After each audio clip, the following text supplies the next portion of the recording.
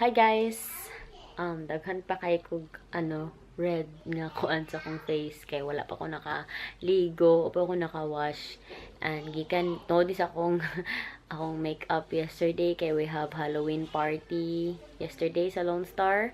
And wala ko naka-vlog kay nako dito sa bar na na siya daghan kay tao, then kanang puno na kay wala na ko time na wala na ako na vlog, and everyone is crazy drunk and daghan jud kay tao. Then na-enjoy ko sa kanang ilang mga taga nila mga costume, nindot kay na mga costume. Then actually I got third prize, naka third place ko sa ilang Halloween costume. I'm so happy, and if you wanna see my look last night, here's the video.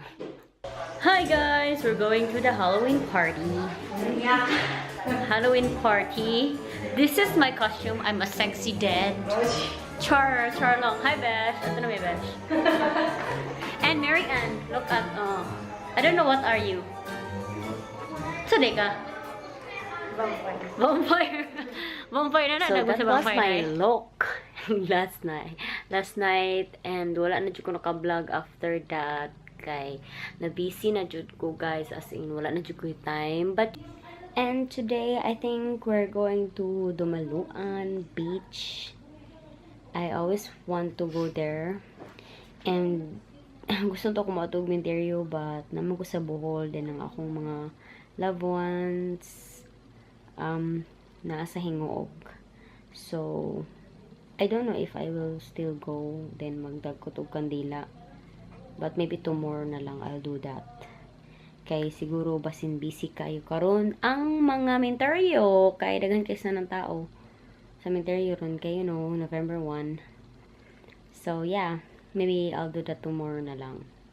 As a respect to the mga lolos and lolas. Yes. Hi guys, I just woke up and we're so sick. Not drunk, we're so sick. And we didn't go to the Dumaluan Beach. I just sleep whole day because I'm really sick.